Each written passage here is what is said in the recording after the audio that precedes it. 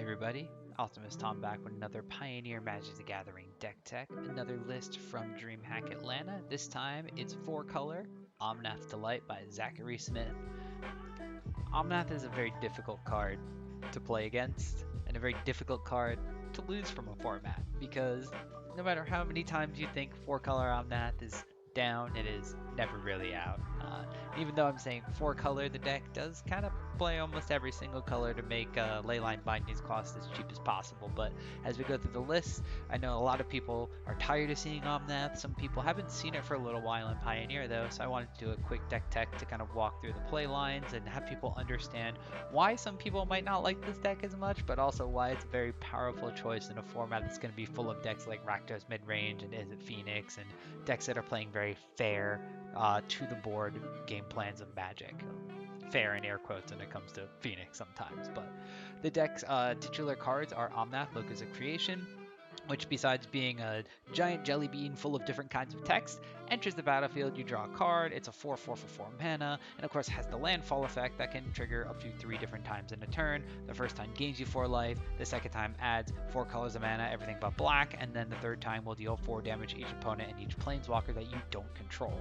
This combines very well with the other card in the title, Bring to Light, which for 5 mana altogether has Converge, which means that based on how many colors of mana you use while using this card, you can search for a creature, instant, or sorcery with mana value less than or equal to that amount, and then put it into exile, and then cast the card without paying its mana cost. Very important to note that for Bring to Light, it casts the card. That is going to be very powerful when combining it with the modern ban card, Up the Beanstalk. When it enters the battlefield, you draw a card. However, when you also cast a spell with converted mana cost 5 or greater, you will draw a card, which means that yes, if you Bring to Light for 5 and cast a 5 mana cost card, you're going to be drawing 2 cards off of that because Bring to Light casts the card. It's a very powerful card draw engine and very powerful way to filter through your deck that is going to be a toolbox of all sorts of things to do. Now I say that the titular cards are Omnath and Bring to Light, however, Bring to Light most historically is paired with Valki, God of Lies, because thanks to the way that Valki and Bring to Light interact with each other, you may cast a card exiled with it, not just put it into play. So you are not actually putting Valki into play, you are putting Tibalt, Cosmic Impostor into play. So you're getting a 7 mana planeswalker that dismantles your opponent's game plan as early as turn 4, maybe turn 3 in some cases, mostly turn 4 though, powered by things like Courier's Briefcase for the extra mana available and Sylvan Caryatid to create extra mana as well. So getting a very powerful planeswalker on the battlefield that early has always been a difficult thing to deal with, but you also have a bunch of different types of silver bullets in here, including a very powerful combo that Zachary has put into this deck that some people may have forgotten about. Combat Celebrant is a very unsuspecting 4/1 for 3 mana that has an interesting effect. You can exert it as it attacks, and when you do, you get to untap all your creatures you control, and then after this combat phase, you have an additional combat phase. So you basically get 2 attacks. That's pretty good when you're packing a deck full of 4/4s and potentially things like Elder Gargaroth and, Tulsamir, Friend of Wolves. You're putting a bunch of things into play that could potentially tussle on the battlefield. No, that's not what you're using it for. You're playing Fable the Mirror Breaker, everybody's favorite enchantment. The flip side is Reflection of Kiki-Jiki, which for 1 mana and tapping the reflection will let you put a copy of target creature onto the battlefield, and that copy has haste. So as long as you have a Reflection of Kiki-Jiki, a mana dork like Sylvan Caryatid, and your Combat Celebrant, you now have infinite attack steps. It's a little silly, but basically you create a copy of Combat Celebrant. The copy is a 4/1 with haste that has all of its abilities. You attack, exerting the copy of Combat Celebrant, which then untaps all of your creatures. So then it untaps your Reflection of Kiki-Jiki and untaps your Sylvan Caryatid. So you can see where we're going from here. You now have an additional combat step. You tap, make a copy of your Combat Celebrant. You attack with your copy of the Combat Celebrant that is being exerted. You then untap your Reflection of Kiki-Jiki and your Sylvan Caryatid that are creating the 1 mana for the Reflections ability, and you have an infinite number of combat steps. So this Combat Celebrant as a 4/1, as long as your opponent doesn't have enough things to block for an infinite amount of time, like an indestructible creature, you will eventually win the game by attacking with a 4/1 Combat Celebrant over and over and over again until their life total hits 0. So that's just another very powerful interaction that this deck gets to play, that not every single deck is playing that. It's just one that Zachary has put in there and can kind of blindside some people if you just think that a Reflection of Kiki-Jiki in a deck with some legendary creatures isn't going to do a whole lot. But that's not the only thing the deck is doing. You still have some other toolbox packages to do, such as Elish Norn, Mother of Machines, that shut down into the battlefield effects from Amalia, or Rakdos Sacrifice, and those types of decks.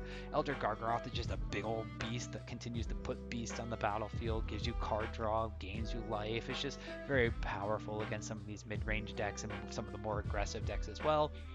Chrome Host Seed Shark, kind of the new young Pyromancer of choice, being able to just incubate and get you Phyrexian tokens every time you cast a non-creature spell, which you have plenty of in this deck with Leyline Bindings and Chain to the Rocks and all these different things that are going to be very good early game creature removal, since you're running basically 5 colors of mana. So you're always going to be having a Mountain to enchant Chain to the Rocks to remove it, a Leyline Binding that is only tapping for 1 or 2 mana, and all those are going to be creating incubate tokens where X is the spell's mana value. So Chain to the Rocks going to make a 1/1, but Leyline Binding going to be making 6 power, so very powerful there.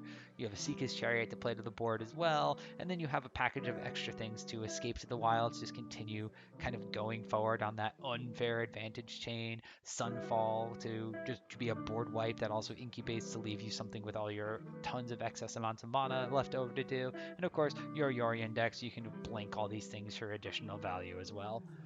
Sideboard is going to be running things like Radiant Flames. You're taking advantage of Converge, again, from your Converge deck with Bring to Light, just to board wipe pretty much everything. This is one of the few decks that can actually Radiant Flames away a Shield Rid, so this is just a powerful board wipe in general.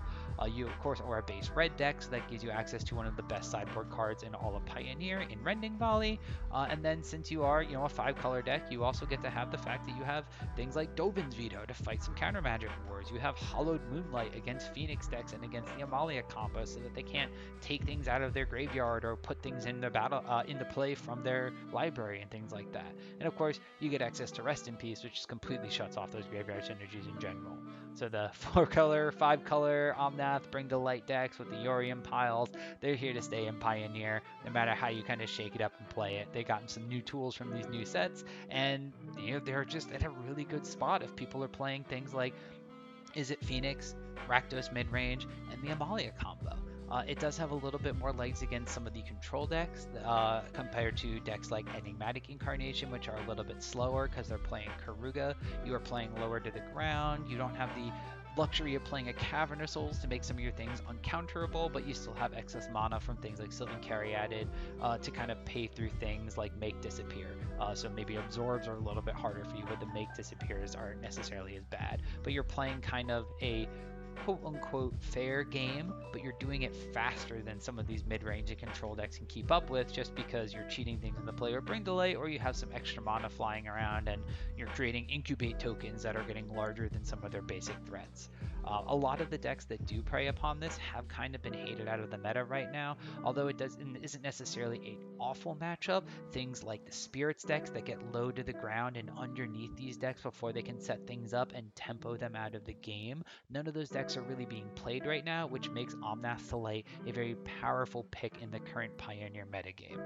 If you like learning about this deck and you want to watch some more of my Pioneer or in general Magic the Gathering content, follow me on YouTube or TikTok at OptimusTom, and you can find my Reddit posts over, if you follow me on Reddit, at OptimusTom there. So thanks for watching. Hit that follow button if you liked what you got, and we'll see you in the next Deck Tech.